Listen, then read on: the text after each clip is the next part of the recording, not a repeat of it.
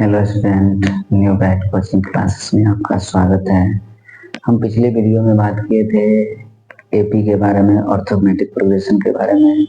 इसमें हम एक बेसिक तरीका और एक फॉर्मूलेटेड तरीका बताए थे और उसके आधार पर हम फार्मूला के हिसाब से मैथ को सॉल्व किए थे।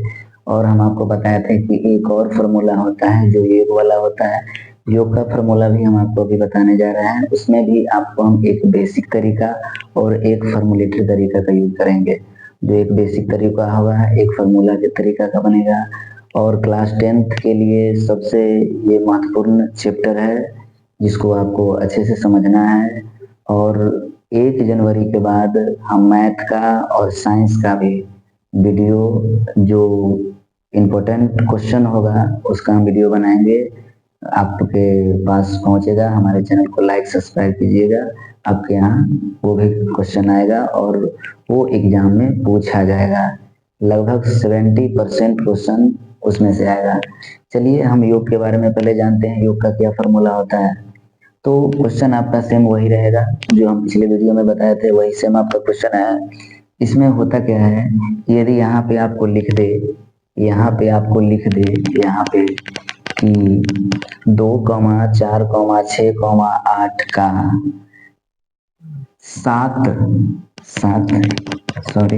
सात पदों का योग निकालें।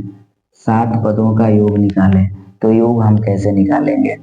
तो योग जो निकालना है, योग का हम पहले बेसिक तरीका बताएंगे कि पहले आप 7 पद तक आपको जाना है। आपको 7 पदों तक जाना है।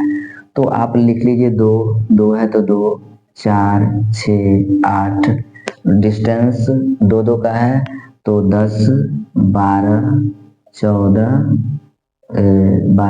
1, 2, 3, 4, 5, 6, 7, ये 7 पद तक हम गए। अब इसका योग पूछ रहा है तो योग का मतलब क्या होता है? योग का मतलब जोड़ होता है। तो लिख सकते हैं 2 जोड़ 4 जोड़ 6 जोड़ 8 जोड़ 10 जोड़ 12 जोड़ 14। ठीक है, 12 जोड़ 14 हो जाएगा। ठीक है, इस सब को आप ऐड कर लीजिए। ऐड करके देख लीजिए कितना आता है। 2 4 6 2 4 2 6 6 12 8 20। क्या आता है आपका? 20 आता है। फिर आपका 10 आता है, फिर 12 आता है, फिर 14 आता है। इसको जोड़ लीजिए। 4 2 6 हो जाएगा। 1 2 3 और 2 5, कितना आता है आपका? 56 आता है। 4 2 6, 3 और 2 5, 56 आता है। ठीक है, तो ये आपका बेसिक तरीका हुआ। आपका ये बेसिक तरीका हुआ जिससे आपका रिजल्ट ये आएगा। ये आपका बेसिक तरीका हुआ। चलिए इसको फॉर्मुलेटेड तरीका से हम बनाते हैं। फॉर्मुलेटेड तरीका से हम बनाएंगे तो ए जो आपका प्रथम पद आएगा वो 2 आएगा और डी जो आपको निकल के आएगा वही उसी तरह हम लिखेंगे A2 - A1, यानी डी बराबर आपका होगा 4 - 2, यानी डी बराबर आपका 2 हो जाएगा। n बराबर आपका हो जाएगा 7, यानी 7। ठीक है, इसका फॉर्मूला होता है SN बराबर n/2 cost indicate 2a plus n-1 into T. ठीक है, कोस्ट को हम बंद कर दिए। अब SN बराबर लिखेंगे n/2 यानी 7/2 कोस्ट इंडिकेट 2 प्लस a आपका हो जाएगा 2 प्लस n7 यानी 7 - 1 इंटू डी आपका हो जाएगा 2। ठीक है, तो यहाँ पर लिखेंगे SN बराबर 7/2 ही हो जाएगा और 2 2 4 प्लस 7 में से गया 6 गुने 2। ठीक है, और यहाँ पर लिख देंगे SN बराबर 7/2 कोष्ट कर दीजिए 4 प्लस 6 दूनी 12 आ जाएगा और SN बराबर 7/2 गुने 12 4 आ जाएगा, कितना? 16 आ जाएगा।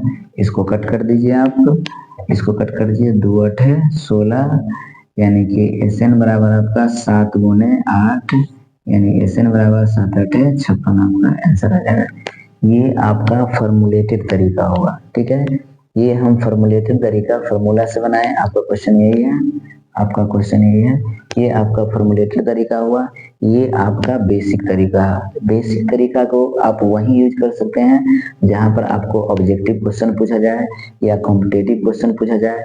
लेकिन जब हमको लॉन्ग मैथ बनाना होगा, जब हमारा 3 अंक का, 4 अंक का, 5 अंक का मैथ पूछा जाए यदि 10th के एग्जाम में, तो उसमें आपको ये फॉर्मुलेटेड तरीका यूज करना होगा। यदि बेसिक तरीका बनाइएगा तो आपका गलत हो जाएगा, फिर आपको इस तरीका से यूज करना होगा। मैंने आपको दोनों तरीका बता दिया है, आप नोट कर लीजिए और हमारे चैनल को लाइक कीजिए, सब्सक्राइब कीजिए ताकि आपको और भी वीडियो हम आप तक पहुंचा सकें। धन्यवाद।